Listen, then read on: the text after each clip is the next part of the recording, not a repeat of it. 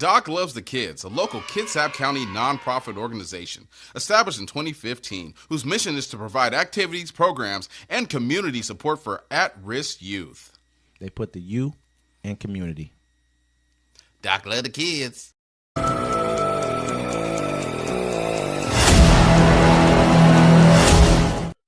Welcome to Uncommon Courtesy, where we give you the courtesy of conversation that's uncommonly spoke of. I'm T-Mac. I'm Wesley. And this is the show. Don't forget to like, comment, subscribe. Don't forget to catch us every Friday, 7 p.m. on the Friday Fix, and every Sunday at 1 p.m. Pacific time on the Sunday Town Hall. Well, Wes, it doesn't look like we have to get any of those bad water fountains yet. Why is that? I guess we're going back, folks. Sounds like we're it. Going back. So Trump administration removes long-standing ban on segregated facilities.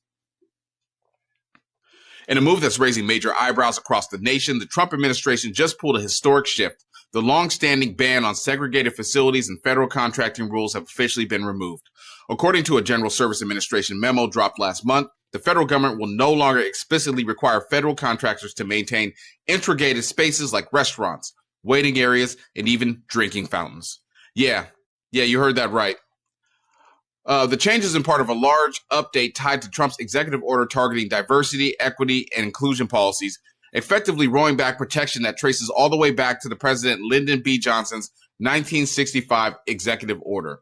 That order enforced non-discrimination requirements for companies working under federal contracts, especially when it came to race and integrated work environments.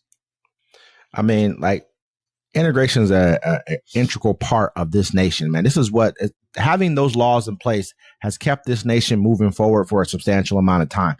It to me, it's sickening to sit back and watch these people dismantle the things that safeguard America as being a country. We know that we're a melting pot. You know what I mean? Even in countries like Canada, they have laws to where a certain percentage of your workforce has to be a certain color. The reason why those laws are in place are not because these people didn't deserve the jobs, because you wouldn't give them to them before, because they weren't considered for them, because they weren't considered to be able to live in these certain neighborhoods, because they were not, given these other privileges that other people were given for hundreds of years and gave people head starts because of economic head starts. So when you start talking about taking away these privileges, are saying these things can be okay, you can segregate now. Well, if you have most of their wealth is concentrated in one major class of people in this country, and then you say, oh, well, you guys can go build your own. Like, you know what you've done over time to create the disparity that's here right now. No, bro. We black folks they say the black dollar only stays in the black neighborhood about an hour, maybe actually I think 10 minutes or something like that. So cool. Let's do it. Segregate us all. It's not like we don't even back then, we still had the skills from slavery to build stuff and do things. We still have the resources now. If this is how you want to play it, cool, because I know there's going to be because we can segregate also. We ain't got to let people in our spaces, as we shouldn't anyways, because a lot of people come into our spaces and they try to warp and deform what we're doing. So cool. Hey, this is what they want to do. This is what he ran off. Hate and racism. Yep. You know what I'm saying? So cool. Let's go. Because this ain't the 60s, homie. This ain't the 30s. This ain't the 40s. It's 2025. You know what I'm saying? We don't need them. Cool. What are you going to do? Just watch what we're doing and then copy it? It's still not going to be cool. Look what happened on TikTok. The black influencers were upset because the white influencers were stealing all their dance moves. So the black influencers, when Meg Thee Stallion came out with something, shaking my ass, anyways, they goofed off and they didn't make any dances. And the white influencers didn't have anything to do. They were making dances about waving their hands in the air. I mean, on my thought shit. Excuse me. So I mean, like, who really runs this show? You know what I'm saying? You may have the money, you may have the power, but we have our own money. We can take care of ourselves. Now, I understand that, and I mean those are valid points. But the bigger point is this country. This is how I'm looking at it. I'm looking at it from a perspective of the direction of this nation. We're invested in this country. People have 401ks, they have homes, they own property in this nation. You don't want to see it fail because of bad policy. Yeah, they do. And on top of, I'm not talking about them. I'm talking about us. Like right now, this country is changing hands. This is what this real whole thing is about. It's a changing hands, a changing of the guard. And like it's like you can either rule over the ashes while they burn everything down. You know what I mean? Or we can actually have something to actually rule over that's still here. Yeah, they'd rather burn it down on their way out the door, knowing that, you guys are pretty much, it's a done deal. You look across the world, it's a done deal. Europe, it's a done deal. You know what I mean? Here in the United States, it's a done deal. Your last little rest havens you have are like Australia. I mean, even that is being, There's a lot of integrating going on as well there too. And so it's just sickening to watch and know that this is the way our country rather go out this way than go out the right way. No, because this way will make them feel more prouder at the end of it. But also you have to realize this: there's a lot of people out there, that have biracial kids, have biracial relationships, and they voted for Donald Trump. So how you gonna feel when you try to go into a Red Robin or something like that, or a Target, and only one of y'all can go in? How you gonna feel when you try to take your kid to a restaurant? They be like, "Yeah, ma'am, you can come in, but that little thing can't." You know what I'm saying? You voted for this, and so you can't be like, "Oh, well, I just voted for this one thing." No, you voted for all of it. So you need to own it. You need to hold it and be like, "Yes, this is what I wanted." They were good with it from the very beginning. I wanted you to erase Black history out of everything. And I want to make it so the niggers can't come around us. You wanted your country back. This is what you called for, but it was never really yours to begin with. This was the whole thing about it. It was never really yours. It was built off the backs of slaves, stolen from Native Americans. You know what I mean? At the end of the day, they took it. That's the whole thing. I mean, we can always look back. Oh, they took it. That's what it is. And so I'm not mad about it. If you want your piece, you're going to have to take it too. And that's just what it is. You know what I'm saying? But it's not back then where these laws where you could just chase us down the street and hang us and have picnics. You know what I'm saying? Like, we got guns too. We can hold ourselves down. We just choose not to because we have the option not to. So this is going to be good for Black people. This isn't something. I'm not just looking at it from federal workplaces. They're getting rid of all that stuff anyways. I'm not gonna say I'm not so much as looking at this as just a Black issue, because I do look at most things as that, because being a Black man, I look at this as a nation issue, as a country issue. I don't want our dollar to become worthless because I have dollars. I don't want things in our country to go down in value because, we own things here. So I don't want the negativity to happen, not because of not just for the simple fact of like, oh, well, I think we need you. No, I understand we need each other. This isn't about us versus you. And it is essentially, but it's not, because in reality, it's a circle and we're all encompassed within that circle. But, Netanyahu says Israeli strikes across Gaza that killed hundreds are only the beginning. Israel launched airstrikes across the Gaza Strip early Tuesday that killed more than 400 Palestinians, local health officials said, shattering a ceasefire in place since January as it vowed to force Hamas to release more hostages and relinquish control of the territory. Prime Minister Benjamin Netanyahu ordered the airstrikes after Hamas refused Israeli demands to free half of the remaining hostages as a precondition for extending the ceasefire. Israel's deadliest bombardment of the territory in the 17-month attack killed mostly women and children, according to the Gaza Health Ministry. Netanyahu said the attack was only the beginning and that Israel would press ahead until it achieves all of its war aims, destroying Hamas and freeing all hostages held by the militant group. Hamas said at least 6 senior officials were killed in Tuesday's strike. Israel said they included the head of Hamas's civilian government, a justice ministry official, and 2 security agency chiefs. I mean, 400 people, man. That's just a start. They're going to kill them all. They're like, look, we tried to help you and tried to kick you off the land. The only way that you can save Gaza right now is the Arab nations have to step in. I want to say this really quick. You said 400 people. You made a very good point. That's 400 people, right, were killed, right? But there's thousands that are injured. You know what I'm saying? And when we're talking about injury, we're talking about pieces of their heads missing, arms missing, legs missing, guts hanging out.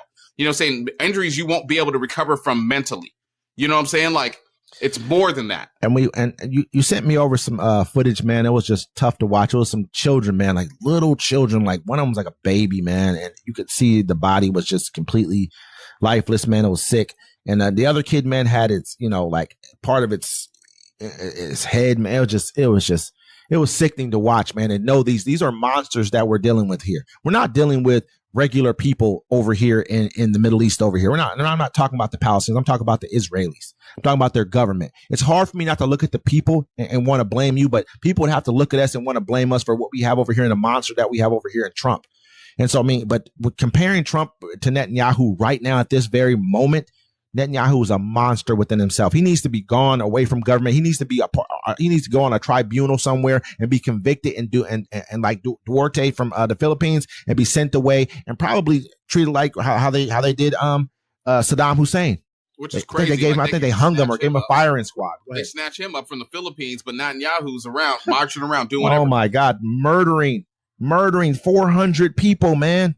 400 people. And don't let you get captured because they're going to put you in their little jail cells and they're going to sexually assault you. That's men, what women, and children. And then they're going to defend it and kick one and one, not let anyone. They try to break into the prison to attack the people even further. We're dealing with some sick people, man. Well, the whole thing is, and they run like you said before. Looking at it like, hold my beer, because we're going back to the parts where they're trying to take away our rights. They've already took away part of our civil rights. They're taking away. They're bringing back segregation.